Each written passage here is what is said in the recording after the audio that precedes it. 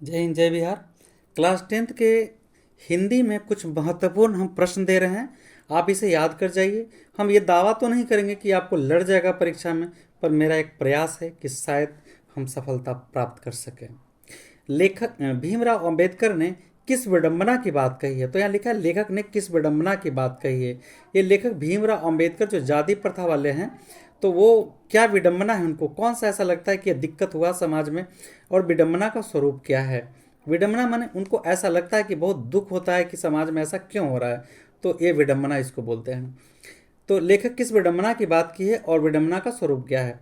लेखक उस विडंबना की बात करता है जिस कारण आज के जागृत समाज में जातिवाद का विचार फल फूल रहा है। लेखक का कहना है, अंबेडकर जी का कहना है कि आज भी, तो उस समय भी तो था ही अंग्रेजी सत्ता खत्म होने के बाद कि जाति प्रथा था, तो जातिवाद के विचार फल फूल रहे हैं।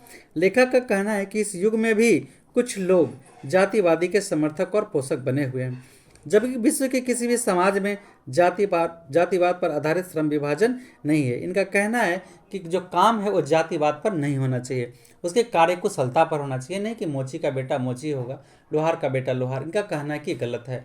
जो व्यक्ति जिस कार्य में निपुण है उसे वही काम करने देना चाहिए, चाहे वो जाति का हो, किसी भी जाति का हो। अगर जाति प्रथा के कारण कुछ लोग भूखमरी के शिकार हो जाते हैं, अगर उन्हें काम वो नहीं मिलता है तो भूखे मरने के नौबत में आ जाते हैं, इसलिए विडंबना कहते हैं, दुख व्यक्त करते हैं। लेकिन जातिवाद के पोषक लोग कार्यकुशलता के लिए इसे आवश्यक मानते हैं। विडंबना का मुख्य कारण यही है क्योंकि इसमें ऊंच नीच की भावना बलवती होती है और मनुष्य को जन्म से लेकर किसी काम धंधे में बांध दिया जाता है, फलतः उनकी रुचि एवं क्षमता का हनन होता है। तो ये बात सही कहे अम्बेडकर जी कि जो व्यक्ति जिस काम में निपुण हो उसे वही काम देना चाहिए, न कि उसे जाति में बांध देना चाहिए। अगर कोई ब्राह्मण का बेटा वेद मंत्र नहीं जानता है और लेकिन अन्य आदमी अगर वेद मंत्र जानता है, वो ज्ञान में परिपूर्ण है, उसके अंदर संस्कार है, तो वो ब्राह्मण होना चाहिए, ऐसा मैं भी मानता हूँ।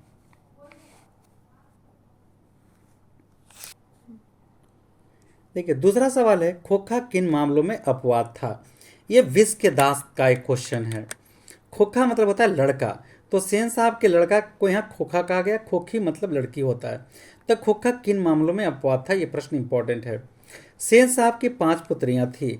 पुत्र का आविर्भाव मतलब जन्म तब हुआ था जब संतान की कोई उम्मीद बाकी नहीं थी, मतलब एकदम बुजुर्ग हो गए थे तभी खोखा का जन्म हुआ। 5 बेटियां थी पर इसका जन्म तब हुआ था जब उनको उम्मीद नहीं था कि हमें पुत्र या कोई भी संतान फिर हो सकता है। तो यहाँ लिखा सेन साहब की 5 पुत्रियां थी। पुत्र का आविर्भाव मतलब जन्म तब हुआ जब संतान की कोई उम्मीद बाकी नहीं रह गई थी, अर्थात सेन साहब को पुत्र तब नसीब हुआ जब पति पत्नी दोनों बुढ़ापे की अंतिम पड़ाव पर पहुंच चुके थे। इसलिए खोखा जीवन के नियमों के साथ साथ घर के नियमों का भी अपवाद था। क्योंकि बुढ़ापे में इसका जन्म हुआ तो एक तरह से अपवाद था ना, और उस साथ साथ में घर के नियम के लिए भी अपवाद था। अगर कोई सामान तोड़ दे तो कहता था इंजीनियर बन रहा है, अगर बेटी कोई गलती कर ले तो सर पे उठा लेना। तो यहाँ लिंग भेद भी किया गया है। तो खोखा इन मामलों में अपवाद था। चूंकि सेन साहब पति पत्नी दोनों बुढ़ापे के अंतिम पड़ाव पर आ चुके थे तब खोखा का जन्म हुआ था, इसलिए वो घर के नियमों के साथ साथ बाकी नियमों में भी अपवाद था।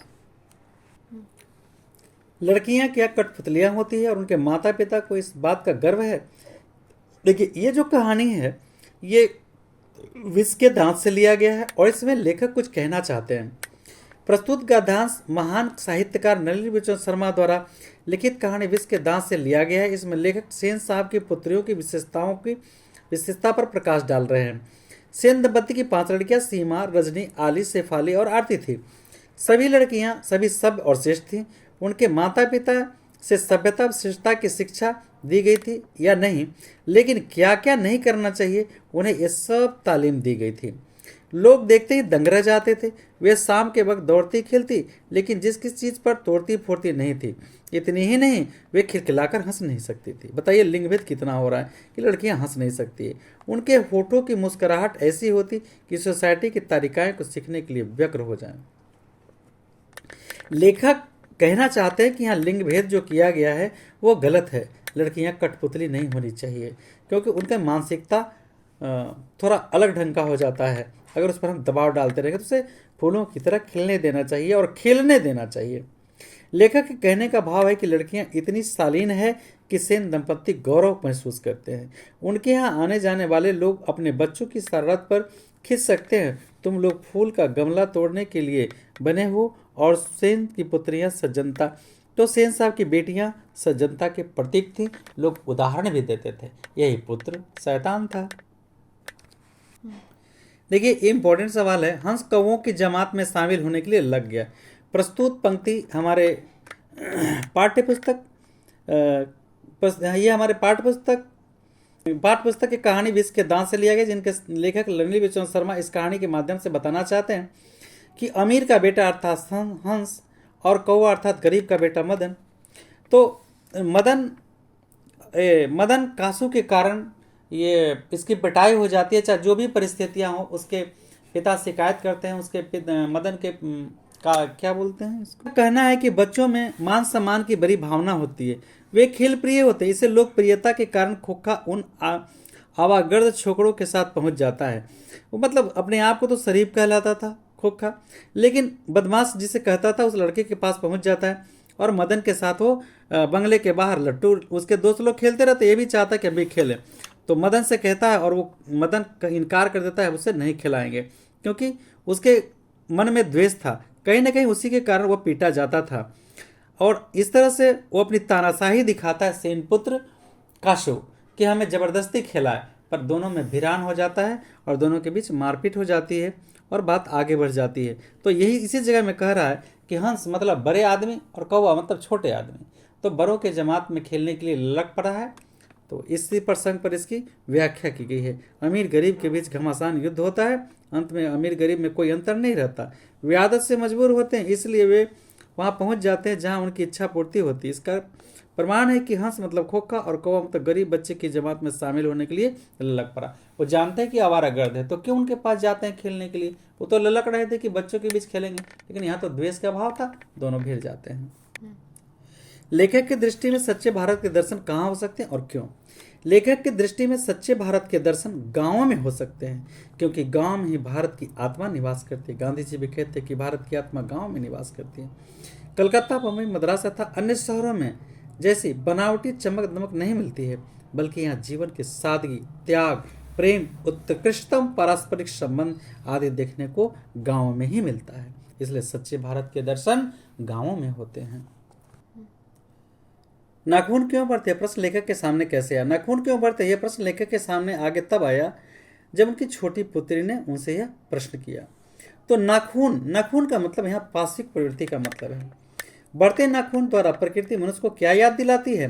बढ़ते नाखून द्वारा प्रकृति मनुष्य को यह याद दिलाती है कि जब मनुष्य वनमानुष जैसा जंगली था, तब उसे अपनी जीवन रक्षा के लिए नाखूनों की जरूरत थी और शत्रुओं से अपनी रक्षा के लिए भी नाखून का प्रयोग करते थे। अतः प्रकृति मनुष्य को आदि मानव का याद दिलाती है। नाखून का बढ़ना मनुष्य को आदि मानव का याद दिलाती है। बार बार नाखून क्यों काटता है? नाखून मनुष्य की पार्श्विक वृत्ति का प्रतीक है। मनुष्य इसे बार बार काट कर अपनी पशुता को मिटाना चाहता है। वह चाहता है कि उसके पास बर्बर युग का कोई अवशेष न रह जाए। इसी उद्देश्य से मनुष्य बार बार नाखून काटता है। मनुष्य बार बार नाखून अपनी पार्श्विक प्रवृत्ति को मिटाने के लिए काटता है, ताकि उसके पास पुराने युग का कोई अवशेष शेष ना बचे। नंदी नागरी किसे कहते हैं? किस प्रसंग में लेखक ने इससे क्या उल्लेख किया है? दक्षिणी भारत की आरंभिक लिपि नागरिक को ही नंदी नागरी कहते हैं। देखिए, दक्षिण भारत की आरंभिक जो लिपि थी उसे नागरिक को ही नंदी नागरी लिपि कहते हैं। लेखक ने इसका उल्लेख इसलिए किया है क्योंकि नागरी लिपि के आरंभिक लेख हमें दक्षिण भारत से ही मिले हैं। कोंकण के शिलाहार, मान्यखेट के राष्ट्रकूट, देवगिरी के यादव तथा विजयनगर के राजाओं के लेखों में नंदी नागरी की ही थी। गुर्जर प्रतिहार कौन थे? देखिए, बहुत इंपॉर्टेंट है। गुर्जर प्रतिहार बाहर से भारत आए थे। ईसा की 8वीं सदी के पूर्वार्ध में इन्होंने अवंती प्रदेश पर अपना अधिकार जमाने के बाद इन्होंने कनौज पर अधिकार किया। मिहिर भोज, महेंद्रपाल आदि प्रमुख प्रसिद्ध प्रतिहार शासक थे। बहादुर के नाम से दिलसत क्यों उड़ा दिया गया? बहुत इंपॉर्टेंट क्वेश्चन है। लेखक ने जब बहादुर का नाम पूछा तो उसने कहा दिल बहादुर साहब, उसके स्वर में ऐसी मीठी झंझनाहट थी कि लेखक प्रसन्न होकर आदर्श जीवन जीने की शिक्षा देने लगे तथा उनके यहाँ नौकर के साथ कैसा व्यवहार किया जाता है उस संबंध में भी जानकारी दी। उसको समझाया गया कि वह घर को अपना घर मानकर सबके साथ शिष्ट व्यवहार करे तथा मोहल्ले वालों की बातों पर ध्यान न दे। लेखक की पत्नी निर्मला ने उसके नाम से दिल शब्द हटाकर उसका दिल जीतने तथा अपना प्रभाव डालने के लिए उदारता पूर्वक दिल शब्द उड़ा दिया। बहुत इंपॉर्टेंट क्वेश्चन है। बिरजू महाराज अपना सबसे बड़ा जज किसे मानते थे? बिरजू महाराज अपनी अम्मा को सबसे बड़ा जज मानते थे। जब भी वह नाचते थे तो वह उनसे पूछा करते थे कि मेरे नाच में कोई गलती तो नहीं हो रही है, बाबूजी की भांति प्रदर्शन हो रहा है या नहीं। तब उनकी माँ का उत्तर यही होता था कि पिताजी के जैसा ही प्रदर्शन हुआ है। इस कला के अन्य बुजुर्गों से भी जानकारी लेती रही कि मेरे बेटे के नाचने का ढंग पिता जैसा है या नहीं, इसलिए वह अपनी माँ को सबसे बड़ा जज मानते थे। अविन्यो क्या है, यह कहाँ अवस्थित है? अविन्यो दक्षिणी फ्रांस का एक मध्ययुगीन ईसाई मठ है। अविन्यो दक्षिणी फ्रांस का एक मध्ययुगीन ईसाई मठ है। यह दक्षिणी फ्रांस में रोन नदी के किनारे अवस्थित है। प्रश्न है, संतु क्यों उदास था? इंपॉर्टेंट है। संतु की उदासी का कारण था मछली का कटना था। संतु के उदासी का मुख्य कारण था मछली का कटना। जब उसे लेखक से पता चला कि मछली की तैयारी के लिए मसाला पीसा जा रहा है तो संतु उदास हो गया, क्योंकि कटने के बाद मछली से खेलना संभव नहीं होगा। अपनी अभिलाषा पूरी नहीं होने के कारण संतु का दिल बैठ जाता है, क्योंकि वो मछली से खेलना चाहता था कुएं में डालकर, और मछली कट जाएगा तो वो कुएं में नहीं डाल पाएगा। मछली और दीदी में क्या समानता है? क्वेश्चन है, मछली और दीदी में क्या समानता दिखाई पड़ती है? मछली और दीदी में यही समानता दिखाई पड़ी कि दोनों क्रूरता के शिकार थीं। मछली पत्थर पर पटकी जा रही थी तो दीदी पिताजी के द्वारा पीटी जा रही थी, मतलब डांटी जा रही थी। पिटाई नहीं किए थे, डांटे थे, डांटी जा रही थी। मछली पानी के बिना छटपटा रही थी तो दीदी पिताजी के दुर्व्यवहार के कारण सिसकियां ले रही थी। लेखक के कहने का तात्पर्य है कि मछली और दीदी दोनों पिताजी के संवेदना के शिकार थे, संवेदनहीनता के शिकार थे। अतः मछली के माध्यम से लेखक यह स्पष्ट करने व्यक्ति की विवेक मर जाता है अथवा व्यक्ति हृदयहीन हो जाता है, तब वह दूसरों की इच्छा के प्रतिकूल आचरण करता है और भेदभाव की भावना से ग्रस्त हो जाता है तथा पारिवारिक वातावरण को दुर्गंधपूर्ण बना देता है, जैसे मछली पूरे घर को। तो यहाँ कहने का मतलब परिवेश से है कि जिस तरह से मछली के गंध से पूरा घर महक उठता है, मतलब दुर्गंधित हो जाता है, उसी तरह दुर्व्यवहार से पूरा घर भी दुर्गंधित हो जाता है और पूरे परिवार पर इसका असर होता है। इसलिए ऐसा नहीं करना चाहिए। डुमरांव की महत्ता किस कारण से है? विश्व प्रसिद्ध शहनाई वादक उस्ताद बिस्मिल्लाह खां रंग का जन्म डुमरांव था। विश्व प्रसिद्ध शहनाई वादक उस्ताद बिस्मिल्लाह खां जन्म स्थल डुमरांव था, इसी कारण डुमरांव की महत्ता है। साथ ही शहनाई में प्रयुक्त होने वाले रीढ़ या नरकट का एक तरह से पौधा है जो नदी के किनारे वहाँ मिलता है, यानी किछारों पर। डुमरांव में सोन नदी के किनारों पर वो नरकट पाई जाती है। इनके परदादा उस्ताद सलार हुसैन खां डुमरांव के ही निवासी थे। तो मुख्य रूप से कहें कि डुमरांव विश्व प्रसिद्ध उस्ताद बिस्मिल्लाह खां शहनाई वादक विश्व प्रसिद्ध उस्ताद बिस्मिल्लाह खां के लिए प्रसिद्ध है तथा नरकट भी वहीं मिलता है, इसलिए वो प्रसिद्ध है। डुमरांव ही है। कचौड़ी से हम यह अर्थ लेते हैं कि शहनाई वादक बिस्मिल्लाह खां संगीत सागर में इतना डूब जाते थे कि कुलसुम की दुकान में कलकलाते घी में डाली गई कचौड़ी में भी उठने वाले छन की आवाज़ से सारे अवरोह उन्हें दिख जाता था। खां साहब रियाजी एवं स्वादी दोनों थे। वे सुलोचना की फिल्म तथा कुलसुम की कचौड़ी के आदि थे। इसी कचौड़ी को संगीतमय नाम से पुकारा गया है, अभिहित किया गया है। सुर न बख्शे लुंगिया का क्या, आज फटी है कल सिल जाएगी। तो यहाँ पर लेखक क्या कहना चाहते हैं? प्रस्तुत गद्यांश में लेखक ने बिस्मिल्लाह खां की गुणग्राह्यता पर प्रकाश डाला है। लेखक का कहना है कि वे अपनी कला को ही मुख्य मानते हैं। उनका मानना था कि गुण के समक्ष वेशभूषा अथवा भौतिक चमक दमक मूल्यहीन है। संसार में गुणवान अमर हो जाता है जबकि बाहरी चमक दमक नष्ट हो जाता है। इसलिए जब उन्हें फटी लुंगी न पहनने की आग्रह किया गया, ये उनके शिष्य ने की थी कि आज ये लुंगियाँ फटी क्यों पहनी हुई हैं उस्ताद जी। तब ये सवाल ईश्वर वो कहते हैं जवाब में, खुदा जब उनके शिष्य पूछे कि आप तो शहनाई वादक हैं और आप तो भारत रत्न हैं, फिर ये लुंगियाँ फटी क्यों पहने हुए हैं? तब उत्तर में कहते हैं बिस्मिल्लाह का, ईश्वर यानी खुदा ईश्वर फटा सुर न दे। लुंगी का आज फटी है कल सिल जाएगी, लेकिन सुर बिगड़ने पर जीवन का आनंद खत्म हो जाएगा। तात्पर्य यह है कि बिस्मिल्लाह खां के जीवन के लिए शहनाई के सुर का विशेष महत्व है, वेशभूषा का नहीं। और शहनाई वादक बिस्मिल्लाह खां अपनी शहनाई से यहाँ एक तरफ अजान की आवाज़ निकाल देते थे तो एक तरफ भगवान के पुकार की आवाज़ भी निकाल देते थे। इतने विख्यात थे उस शहनाई में। गांधी जी बढ़िया शिक्षा किसे मानते थे? गांधी जी के अनुसार अहिंसक प्रतिरोध सबसे उदात्त और बढ़िया शिक्षा है। ऐसी शिक्षा, देखिए, अहिंसक प्रतिरोध सबसे उदात्त और बढ़िया शिक्षा है। मतलब हम बिना हिंसा के कोई चीज़ को जीत सकते हैं, जिसके बल पर बालक जीवन संग्राम में प्रेम से घृणा को, सत्य से असत्य को तथा कष्ट सहन से हिंसा को आसानी से जीतना सीखे। यही बढ़िया शिक्षा है।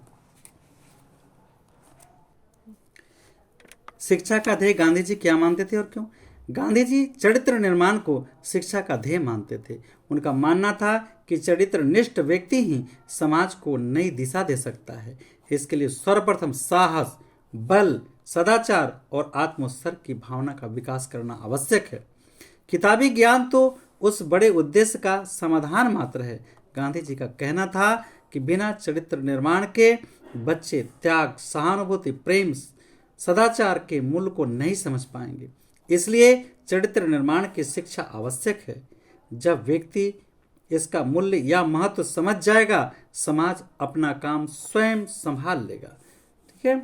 और वैसे व्यक्तियों के हाथों में सामाजिक संगठन का दायित्व सौंपा जा सकता है। मतलब कहने का मतलब है कि जो व्यक्ति का चरित्र अच्छा है, वैसे लोगों को ही समाज का मुख्य कार्य का दायित्व देना चाहिए और सही से उसका वो निर्वहन करेगा और देश को अपने आगे की तरक्की की ओर ले जा सकता है।